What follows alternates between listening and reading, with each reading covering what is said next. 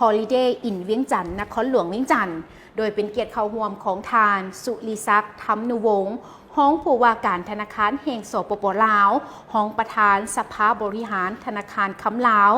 ทานปริญญาเอกจันทร์แสวงบุญยงห้องรัฐมนตรีกระทรวงอุตสาหกรรมและการค้าห้องประธานสภาบริหารธนาคารคำลาว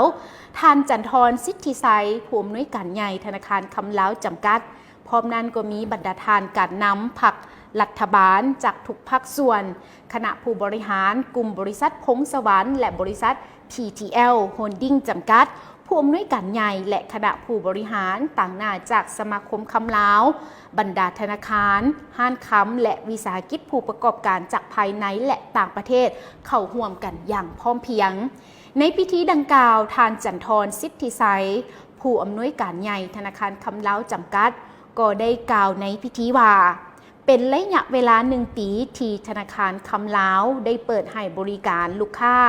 ซึ่งเป็นเครื่องมือใหม่และเป็นแห่งทำอิฐของสปป.ลาวเพื่อค้ำประกันความมั่นคงทางด้านการเงินของชาติได้มีเป้าหมายเพื่อระดมค้ำฝากและรวบรวมค้ำจากสังคมเข้าสู่ระบบให้ได้ตามกลไกการเงินธนาคารตามความโปร่งใสและตรวจสอบได้รวบรวมและสร้างฐานข้อมูลค้ำเพื่อก้าวไปสู่ฐานข้อมูลค้ำแห่งชาตินอกนั้นยังได้สั่งตั้งโรงงานหลอมค้ำแห่งทำอิฐของสปป.ลาวเป็นโรงงานที่สามารถผลิตค้ำคุณภาพ 99.99 ส่วนห้อยมาตรฐาน LBMA และก้าวสู่มาตรฐาน 99.99 ส่วนห้อยสำหรับอุตสาหกรรมเทคโนโลยีสร้างกลไกการออมเครื่องมือด้านการเงินใหม่ให้แก่ระบบการเงินลาวด้วยบัญชีฝากค้ำที่ได้ดอกเบี้ย2 ส่วนห้อยซึ่งเป็นเจ้าทำอิฐในลาวและอาเซียนได้สร้างกลไกออกใบยั่งยืนฐานะทั้งการค้ำเพื่อค้ำประกันเงินกู้สร้างวงจรสภาพคล่องใหม่เข้าระบบเศรษฐกิจเป็นส่วนหนึ่งของยุทธศาสตร์แห่งชาติด้านความมั่นคงทางการเงินสร้างเงื่อนไขให้แก่รัฐบาลสร้างคลังสำรองค้ำแห่งชาติสร้างเงื่อนไขและกลไกให้เงินกีบสามารถแลกเปลี่ยนกับเงินต่างประเทศได้ผ่านค้ำสร้างโอกาสให้อุตสาหกรรมค้ำลาวสามารถเชื่อมโยงกับตลาดค้ำสากลซึ่งผ่านมาได้จัดงานเทศกาลคำลาวซึ่งเป็นเทศกาลครั้งประวัติศาสตร์ที่มีแขกเข้าร่วมหลายกว่า 30,000 คนแขกต่างประเทศเข้าเยี่ยมยาม10 กว่าบริษัท400 กว่าคน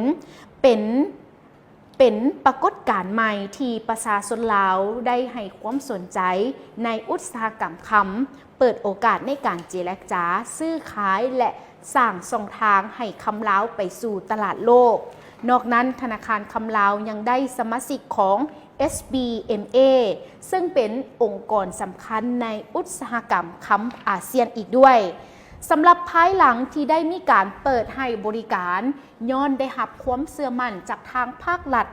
และก็รัฐบาลรวมทั้งประชาชน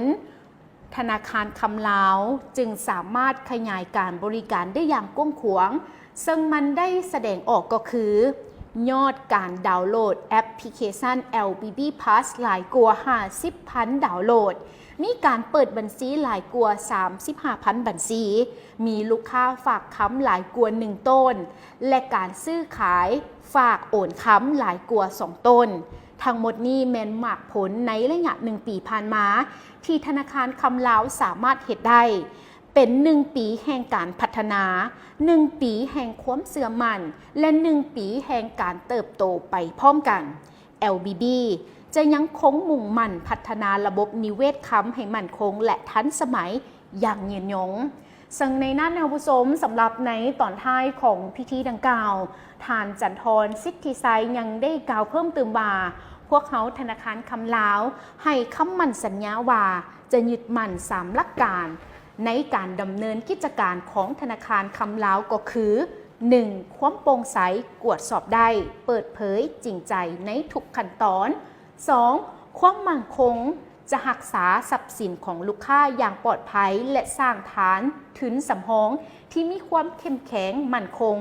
และอันที่ 3 ก็คือความรับผิดชอบต่อประเทศชาติพวกเขาบ่แม่นแต่ธนาคารเพื่อกำไร แต่จะถือเอาการดำเนินธุรกิจเมนภารกิจเพื่ออนาคตของประเทศชาติให้เจริญรุ่งเรืองและนี่ก็ถือได้ว่าเป็นภาพบรรยากาศในพิธีเฉลิมฉลองครบรอบ1 ปีของธนาคารคำลาวจำกัดที่ได้จัดขึ้นอย่างเป็นทางการอยู่ที่โรงแรมฮอลิเดย์อินเวียงจันทน์นั่นเองอันนี้ก็เป็นภาพบรรยากาศในงานดังกล่าวแล้วก็เป็นอีกหลากหลายข้อมูลกันเลยที่ข้าพเจ้าได้มีการรายงานกันไปบ่ว่าจะเป็นความมั่นคงของประเทศชาติหรือว่าจะเป็นคลังคำแห่งชาติที่เฮ็ดให้ทั้งเศรษฐกิจในประเทศลาวของพวกเขาแข่งขันและก็สู่ได้กับทั้งสากลนั่นเองอันนี้ก็เป็นอีกหนึ่งข้อมูลที่ข้าพเจ้านำมาให้บรรดาทานติดตามน้ำกัน